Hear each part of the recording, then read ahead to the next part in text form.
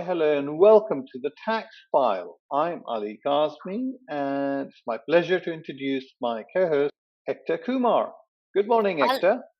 Ali, good morning. Welcome, listeners, again to the Tax Files, a monthly audio podcast where, alongside an esteemed guest, we will be discussing the most pertinent topics for tax and accounting professionals, while also getting to know some key members of the tech industry just that little bit better. Ali, how have you been? I'm really good, although I can't believe that we've already uh, had the first month go of the new year. So it just seems a bit disconcerting, but I'm ready making plans for my vacations. Oh God, honestly, tell me about it. Can't believe January's already done. Where are you thinking for vacation, Ali? What's top of the bucket Uh, list? Well, last year I had occasion to visit the States and I'd forgotten just how much I liked it. So, probably thinking about San Fran next year. What about you? Nice. Well, I'm actually in the States as well this year. We should coordinate our our diaries and take the tax files abroad, I think, which will, which will be Great fun. idea. I'm actually headed to, and all of our listeners will love this. For anyone that's an absolute Elvis nut, I am the daughter of an absolute Elvis fanatic who, for his 60th birthday, is taking myself and our entire family out to Memphis, Tennessee for a week at Graceland, which which I'm a little bit nervous about, but it should be a lot of fun. Wow, that Yeah, sounds great. amazing. Actually, I remember watching all the Elvis movies when I was young. Yes. I'm Have you not. I'm caught not going the? to sing now. Well, save that for the rapid fire, Ali. Come on now, you'll be a treat for all our listeners. Well, viewers, Fantastic. thank you for joining us again for the episode of the Tax Files. Joined by the esteemed Dr. Kunka Petkova, advisor to the German Federal Ministry of Finance. Kunka works as an advisor to the Federal Ministry of Finance in Germany. She's in charge of the OECD two-pillar solution addressing the tax challenges arising from the digitalization of the economy. She also coordinates the tax related topics for the G7 and G20 meetings. Fantastic. Great to have Kunka on board. Um, Welcome. We will be discussing, talking about Kunka's career journey, a little bit about the thoughts on some of the tax developments, key discussion topics, and lastly, but importantly, we will be exposing her to our rapid fire round. I hope you're nervous, Kunka. Welcome to the Tax Files. Hi guys, hi. I'm very delighted to be here, and I have to say that I'm your biggest fan. I have listened to all of your podcasts, and I think that this initiative is really great. Oh, well, Fantastic. that We is. like fans. Yeah. You're lucky number 8, Kunka. So we've been so looking forward to this podcast. How's your week been so far? Thank you. Yeah, so it was a busy week. Last week I was in Paris because we had a few days of negotiations, and I'm happy to be back in Berlin. And it's very cold outside. It's really cold. Fantastic. Well, Kunka, it's great to have you on board. And whenever I think of you, I think of what's that German word? Wunderkind. So, you're one of those people who's achieved so much and still retained your youthful looks. So I don't know what's going on, but I really want to know the secret of that magic formula you've got going. But why don't you tell us a little bit about what you've been up to, a little bit about your career, which I'm sure our listeners are wanting to find out. Oh, you're really kind, Ellie. I can still preserve it. Yeah, so what can I say about myself? Yeah, so my name is Kunka. Yes, this you already know. I'm working for the German Ministry of Finance. Maybe I can say a few words about myself and what I did in the past. Well, I did my bachelor in economics and business administration at University of Mannheim, Germany. And then I obtained my master's degree in international economics and economic policy in Frankfurt. After that, I decided to follow an academic path. So I went for my PhD. I had the opportunity to get some experience in the private sector. So yeah, I don't know, like maybe I can tell you a few more words about why I don't know, like most of the people are asking me when I meet them for the first time, why you choose the academia industry over the private sector. Because when they look at me and they're like, okay, most young people probably choose something different. What was the driving force behind this decision? I don't know whether this is interesting, but maybe I can say a few words about this if you want. Kunka, we would Sure, love to absolutely. hear. Yeah, we would love to hear. I mean, you've achieved so much over your career. You've kind of, as you say, experienced so many different sectors and different kind of aspects and walks of life. How and what motivated you to kind of take the path that you've taken so far? Yeah, that's a very good question. I don't know. I think that while studying in Frankfurt, I had the opportunity to gain some experience in the private sector. I was in the strategy department of Germany's biggest bank and in the Big Four. But I think that my work at the chair of public finance in Frankfurt was the key driving force behind my choice. And I can say that my interest in academia work was born there. I had contact to many PhD students and professors, especially to Professor Alfons Weichenrieder, who was one of my role models there. And this gave me the opportunity to get to know their work. And in this period, I also wrote my first academic paper, which was basically also the first one on that subject. The paper was about the German Grunderwerbsteuer, or German real estate transfer tax, a very specific tax that is charged upon the acquisition of real estate, of part of it. And it's so funny because I still remember how much time I spent on wondering how exactly to translate this into English, because no one had written about it. And yeah, and then I remember also like how happy I was when I saw that my paper was cited in the annual report of the German Council of Economic Experts. And you probably know because in the US there is also similar council. They basically prepare an annual report which is published before or by the 15th of November. And then the federal government has to publish its conclusions within 8 weeks of the publication of the annual report. And after that, I had the opportunity to write a few articles on how this tax could be reformed.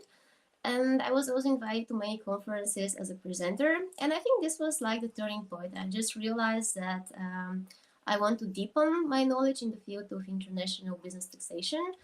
And yeah, and therefore I had to turn down a few, I think, attractive offers by some leading management consulting companies. Yeah, but I basically decided to devote myself Mm. to academic work. So, Kunka, just within academia, you've managed to work in places quite diverse. Sort of like from the Vienna University, where, I know there's a lot of tax work going on there. Gone as far as Berkeley in the US, and obviously come to Oxford as well. I mean, what would you say, sort of like really from a cultural perspective, what was different about these institutions, and what did you like? I'm very partial, obviously, to Oxford, but tell me about your experiences. Oh, that's a tough one. I would describe myself as a very cosmopolitan person. I like being surrounded by international people, and probably this was the biggest asset of all of this because I had really the opportunity to meet so many different people from so many different countries, and not only people, they were really experts in their field, and I could work with them. I don't know what was the best. They are all different, but in a good way. Like So let me rephrase that. Tell us about the funniest experience you had. maybe like the cultural differences at the very beginning. This was also like my first time in the US. So for me, I had to use get. I had to get used to certain things there. In terms of, for example, I was very surprised to see how big the cars are, or how But this is like typical. I think it's not just me. Like, Yeah, you're right. My God, the highways and everything is just quite jarring, isn't it, when you're coming over from from Europe? Yes, exactly. But I mean, those are again, it's something which is not related to academia. I think it's related to everybody who is there for the first time. But it's interesting also in the sense that, for example, like in Berkeley, the circle of people there was like very small, and I really saw how dedicated everybody is to his own research. Something really impressive. So you could see like people working in the library all day long. Um, in Oxford, again, yeah, in Oxford is like a picture. It's like pictures. It's so beautiful there. Um, you feel like those vibes everywhere. So you just feel inspired. You wake up and you want to write something. I don't know how to explain it, but I think it's probably connected with the air there. But I have never felt so productive for that. Did you have a bicycle in Oxford? Oh, good question. Yeah, yes. Even though I'm not a big fan of cycling, and people who know me, they know that in Germany, again, surprise, surprise, but I don't cycle here. But like in Oxford, it's like a must. And to I guess Kunka, to take you right back then, so winding the clock completely back to sort of your decision to enter the tax world and the tax field in the first place, what was it about tax that interested you? What was it that made you feel like this is the route for me? I love the idea of going into the tax field. I can imagine sort of like Kunka playing with other kids and they want to be pilots or train drivers, and Kunka said, I want to be a tax advisor or tax academic. Yeah, such an attractive job, right? No, I mean, I have to be honest. I don't think that this was my dream when I was a child. It just happened like this. Again, I think that this work in Frankfurt and the contact to so many PhD students and professors really helped me. And also the thing that I wrote a paper in this field. And then, I don't know, like my interest was born. I started reading more and more about taxes. I met other people, met other professors, and somehow, yeah, I mean, it just happened. And you know, like there are only two certain things in life: death and taxes. So, and I have to say that now working in that field, what I really like about taxes is that it's very dynamic, Mm, and it's constantly changing. I can't yeah. say this about the other fields. I mean, maybe there are certain fields where this is the case, but I think that in most of the cases, it's not that dynamic. Yeah, absolutely. I think the key thing is, the people who have that passion, like you do, Kunka, is once you get the bug, it's very difficult to do anything else because it is that dynamic nature that you're just reinventing yourself. Your subject matter is changing all the time, so you're always growing. It's not one of those professions where you can sort of like say I've mastered it completely. You know, it's just going to keep you on your toes, which is great. I mean, very cerebral.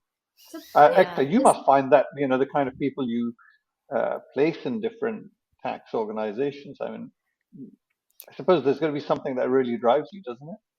Massively. I mean, much to what Kunka was just describing there, the rate of change in the tax world has really not only just driven policy, legislation, regulatory changes, but it's also changed the DNA of a tax professional, right? And changed the makeup of what individuals, whether it be big, large corporates, the big advisory firms, or kind of SME family owned businesses. It's really changed the landscape and DNA of what people are looking for from a tax professional perspective. So really closely tied to everything you just described there, Kunka, around constantly being kept on your toes and constantly evolving with the changing landscape, which makes for no 2 days to be the same, right? Kunka, I am amazed reading through your resume every time I sort of have a look at it. Tell us sort of what a typical day in the life of Kunka looks like, if there is one. As you say, no 2 days are the same, but for example, give us a snapshot of what your day includes at the moment. Oh, wow. A typical day. You're right. I think that there is no typical day. And probably this is the aspect that I love most about my work because it's always unpredictable. Sometimes I think, okay, this will be like a very, very calm day. And then a certain point something happens. And I don't know, like I finish work at 11 p.m. I think that probably the reason for this is the international element because we have many international meetings and like the whole process is international. That's why we have to coordinate this with many countries. I mean, you know that I participate in the negotiations. So we, during the COVID, we had many of them in a virtual format. So we just met, like in the afternoon for a few hours. Now it's possible to meet in person. So those meetings take place in Paris. This means that from time to time I fly to Paris and we have like the negotiations taking place there, which is probably better because I prefer like the contact with people. It's like more personal, and I think it's even like more productive, more efficient. So this happens from time to time. And when I'm in Berlin, so I have many meetings, but I also have many documents I have to deal with. I have to analyze them. I have to discuss them with my colleagues from the other units. So it's very, very versatile. So like many meetings, but also a lot of work on my own, analyzing the documents. So, just one thing, I know that Germany, because you're associated with the Federal Ministry of Finance in Germany, so last year Germany was had the presidency for the G7, and I know you were quite involved in that. I, how did you find that? I mean, was it a full year project? I mean, how did it work? Oh, yes, yes, yes. So last year we had the G7 presidency, and this was really a very high responsibility because our agenda was quite ambitious, and we were glad that we could fulfill all of it. I mean, we had many priorities during the G7 presidency. Regarding the taxes, this two-pillar solution was one of the key priorities, especially the implementation. So therefore, we had many meetings, and we also asked the OECD to prepare a report on the further strengthening of the tax coordination between different authorities. So this was probably one of the highlights of our presidency, and we had many, many, many meetings of the finance ministers. And just in that policy making process, I mean, what is the relationship with, say, for example, with businesses? I mean, do you actively go out and get their input? I mean, when we talk about the G7 meetings, those are Hmm. normally meetings of the G7 finance ministers and central bank governors. I mean, like the business is not directly involved in those meetings, but when we talk, for example, about the reform, because we had many public consultations, there we needed, of course, feedback by the stakeholders, and we actually organized like many events like this because for us, the feedback always been very important, and at the end of the day, we need rules that are administrable. And sometimes, even if we think that something is easy to implement, this might not be the case because we don't know all of the concerns of the business. And that's why I really try to organize meetings like this. But these weren't necessarily connected with the G7 meetings. So these were like separate meetings. Sure. One of the other developments, which is quite interesting, is so a lot of the developing uh, countries they gravitate more around the UN as opposed to OECD. I mean, do you see that change affecting the work that you're doing? Yeah, so this is probably also one of my personal highlights of the G7 presidency. But before I answer this, maybe a few words on the whole process. You know that we have 138 countries and jurisdictions that joined the agreement, and those countries are really different. So we have big and small countries, we have developing and developed countries, we have jurisdictions with high tax rates and zero tax jurisdictions. You can imagine that their interests are, yeah, quite different. Um, but in every single country had to make certain concessions in the interest of achieving a broader agreement. As a result of which, I can say that, at least from my perspective, the outcome is quite balanced. Um, and yeah, so I mean, the agreement reflects bridges basically built on the backs of difficult compromises made across all those continents. And yeah, and in that case, also achieved in the face of challenging circumstances like the pandemic. But at the end of the day, I was really impressed to see the commitment of all delegates and their willingness to compromise uh, together with a very constructive approach.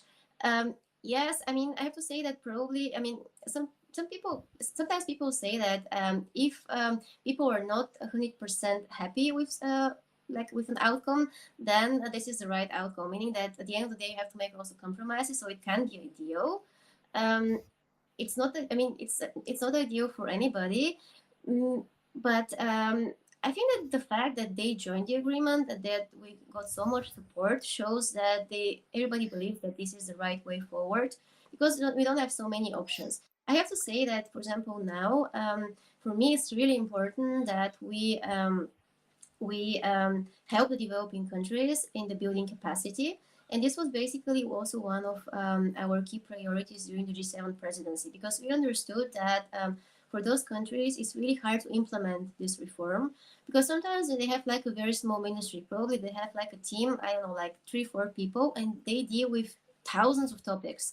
And also like even like the language. And that's why we also talked to the OECD, and they promised us that they will work on further reports, and they are like sending people to those countries, like even experts who will be there and will help with all this. Because really, I think that we're not in the same position, like even for Germany, it's hard to administer it, but what about like a small country?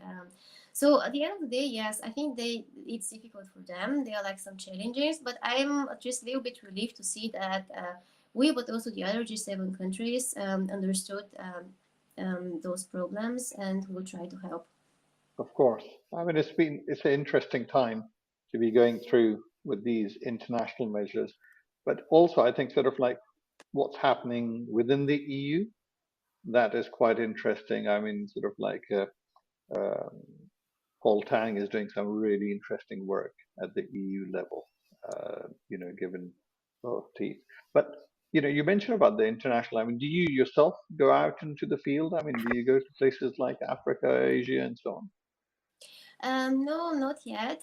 But I told you that there is, for example, this initiative. It's called Tax Inspectors Without Borders. And right. Some of my colleagues are doing this, and I'm also considering it, because I think this is a great initiative. And if you look at the numbers, like what the real outcome is, it's really impressive. It's amazing. So I will try. I hope that next year I will have more time, but I would be really happy if I could do it. So, Ektaa, that's going to be an interesting career path going forward. People who come into tax, they could do something like that, sort of like, because the world of taxation is becoming quite complex internationally, as opposed to sort of like a full-time job. I mean, that you can go there like for a few weeks or a few months. It's just about the support, and there are like different ways in which you can support them. I mean, it's not just money. I mean, like the financial aspect is important, but sometimes you just need like the technical knowledge.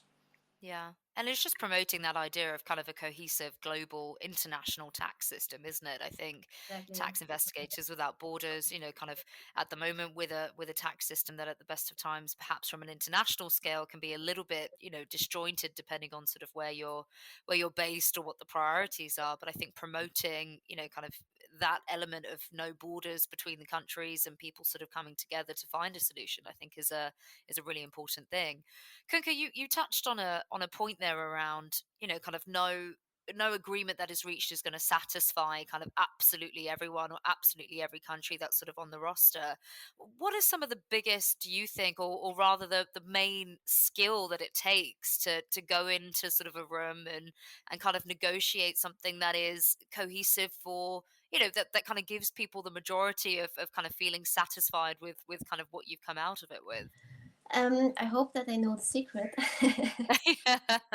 Do share. Yeah, I mean, you have to, of course, on the one hand, you represent a particular country there. So, of course, you have to put the interests of your own country to the front. But then at the same time, you have to keep in mind that you're not alone there. So there are like different stakeholders there, and you have to reach a compromise.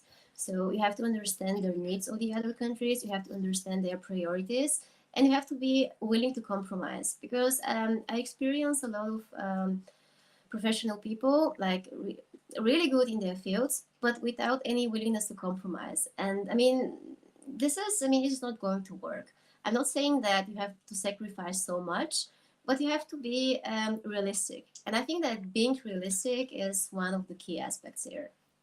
Oh, one thing I was earlier this week hosting someone from Denmark, and there was a lot of discussion around just the public trust in taxation system, which obviously got shaken with what happened in Denmark. And obviously, sort of like you're based in Germany, and of course, you've had the whole Cumex scandal take place. I mean, do you have, what's your view on the importance of public trust? Oh yes, this is essential, and this is probably one of the reasons I'm really happy with the outcome of this two-pillar solution, because I believe, and I mean I hope so, that the agreement will also help the global recovery and boost this public confidence. Um, because you know that during the COVID crisis, a lot of people were they kind of lost the confidence. We were in a very bad economic situation. You know, especially with some of the companies that were at the center of the attention. You know, like the highly digitalized companies that benefited a lot from the crisis. And you know, like people started talking about tax fairness. They kind of, for them it wasn't fair that, for example, like a, an ordinary person on the street, you know, like he pays like 40% tax, but they are like big companies that don't pay any taxes at all. And this was one of the driving forces. And people really wanted to see like a solution there. That's why we had this pressure, like the social pressure, and we needed to succeed. I mean, we had no choice, exactly because of this pressure. Thank you very much. And what I would like to do is just sort of like ask you to, maybe look into your crystal ball 5, 10 years from now. What are the kind of sort of like top tax issues do you think we're going to be talking about, 10 years from now? Oh, top five. I mean, we have to deal with the mobile working, like the telework. Um, then we have to see what will happen with the digitalization. I think that in many aspects we have to go digital as soon as possible. I also think that the tax cooperation between jurisdictions will be even more important. So we have to find a way in which this can be fostered. Um, I mean, also in terms of, I mean, there are like many, many aspects, but I would say that these three are probably the key, at least for me, at least for that moment. But I mean, as we mentioned at the beginning, our field is so dynamic that I don't know, who knows, maybe in 2 months, the pressing topics will look completely different. Excellent. Kunka, thank you for your insights. That's really interesting. And you've kindly given us a introduction as to why you chose the dynamic world of taxation. And you're by the way, you're the first tax academic we have had and policymaker. So really interesting to hear your insights there. You talked a little bit about some of the institutions, the academic institutions and across the globe where you attended and the cultural differences, and discussed the important work that you're doing around Pillar 2, the German presidency, the importance of the role and importance that the developing jurisdictions play as well, and then finally summarized for us um, some of the issues that we're going to be confronting in the years to come. Um, a very international career, and importantly, I know Ekta likes to travel. Ekta, when Kunka is going to be in Davos next year, I think both of us will sign up and go along with her. Absolutely. We'll be the fan groupies essentially that sort of come along. Well, Um, so now over to our favorite round. Kenka, we're going to go from some very technical tax and policy discussions into what can only be described as the most technical session of this podcast, the rapid fire round. Hopefully, it is inciting tremors in all of our viewers' heart at the moment. We're going to give you some options, Kunka. You've got to decide without thinking, without, kind of thinking about it too much on your preferences. So without further ado, are you ready? I am. Right. What is your food heaven? Italian. What is your food hell? Food hell. I'm a foodie. I don't think that I have a food hell. Coffee or tea? That's an easy one. I guess that everybody who knows me knows the answer to that one. It's tea and green tea. Nice. US or UK? Ooh, both. What's your biggest pet peeve? I'm very, probably people who are late. Okay.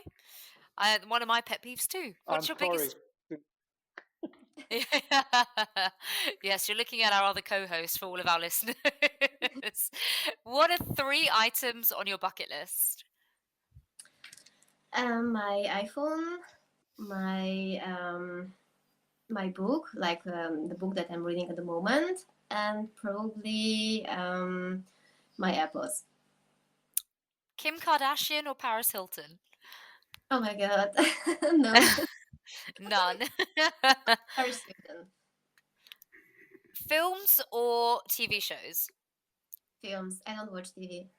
Zombies or vampires? Vampires. And lastly, are you a cat person or a dog person? Oh, I like both. Both. Oh, you made it, Kunka. You survived it. Fantastic. Sorry. You said you're a film person, so tell us your favorite movie. Oof. I mean, I like historic films, but I mean, if I have to show my romantic side, I can also say that I used to like The Notebook a lot and also Walk to Remember. Oh, 2 classics there. Ali, are you familiar with both? No, but they sound like weepies. That's exactly what they are. It's too romantic. Oh, it's ridiculous. My wife was watching some movie yesterday, and she cried throughout the whole movie. And I said, "Why are you watching this?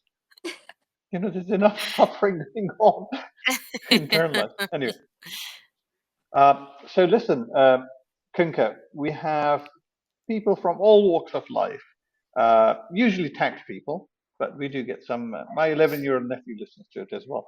What advice would you give to someone who's just starting out in the world of taxation? Carry on and always expect the unexpected.